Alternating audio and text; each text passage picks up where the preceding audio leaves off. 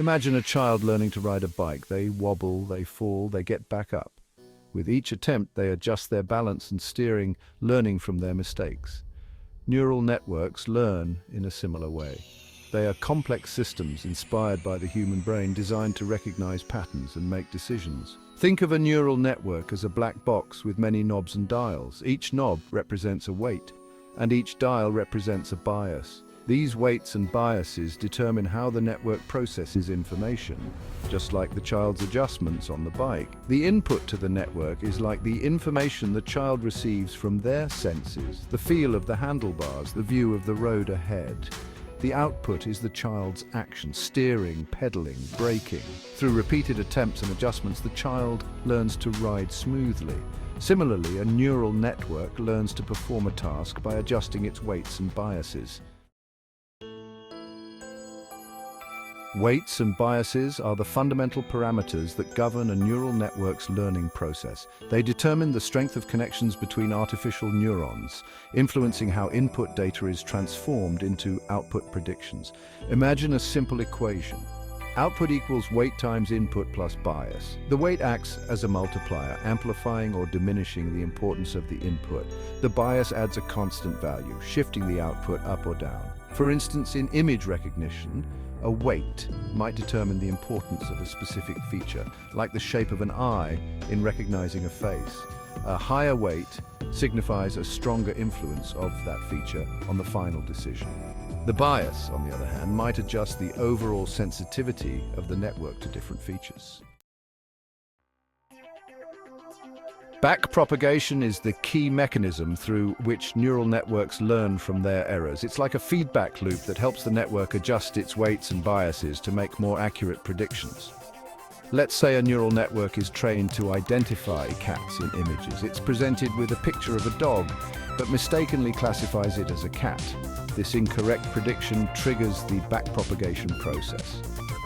The network calculates the difference between its prediction, cat, and the actual label dog. This difference, called the error, is then propagated back through the network layer by layer.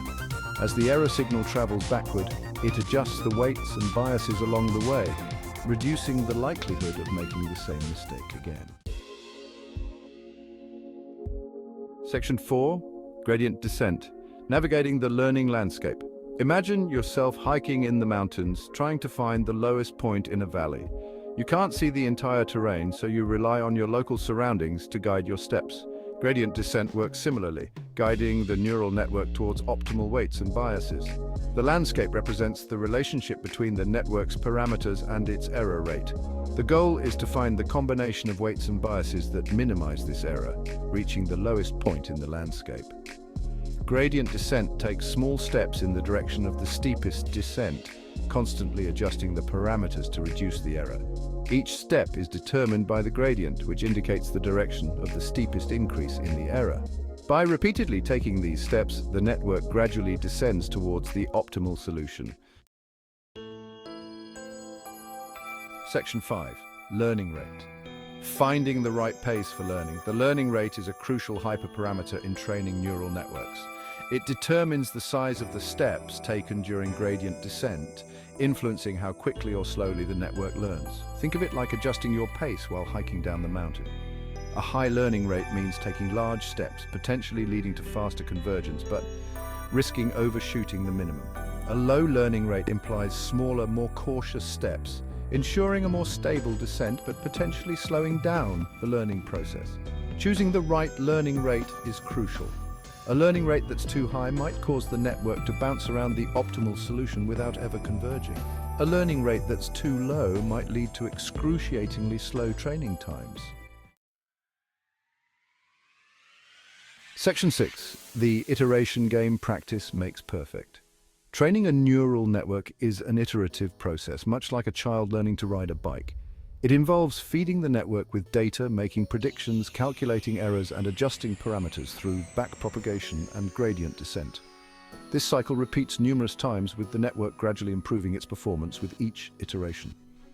During each iteration, the network processes a batch of data, calculates the error, and updates its weights and biases. This process continues until the error reaches an acceptable level, or a predetermined number of iterations is completed. The more data the network sees and the more iterations it goes through, the better it becomes at generalizing from the training examples and making accurate predictions on unseen data. It's like the child gaining more confidence and stability on the bike with each successful ride. Section 7. Mastering the building blocks of AI. Understanding weights, biases, backpropagation, gradient descent, and learning rate is crucial for comprehending the inner workings of neural networks. These concepts form the foundation of how these powerful algorithms learn from data and make intelligent decisions. By grasping these fundamental building blocks, we gain insights into the magic behind artificial intelligence, paving the way for developing innovative applications across various fields. From self-driving cars to medical diagnosis, the principles discussed here are driving the AI revolution, shaping the future of technology and our world.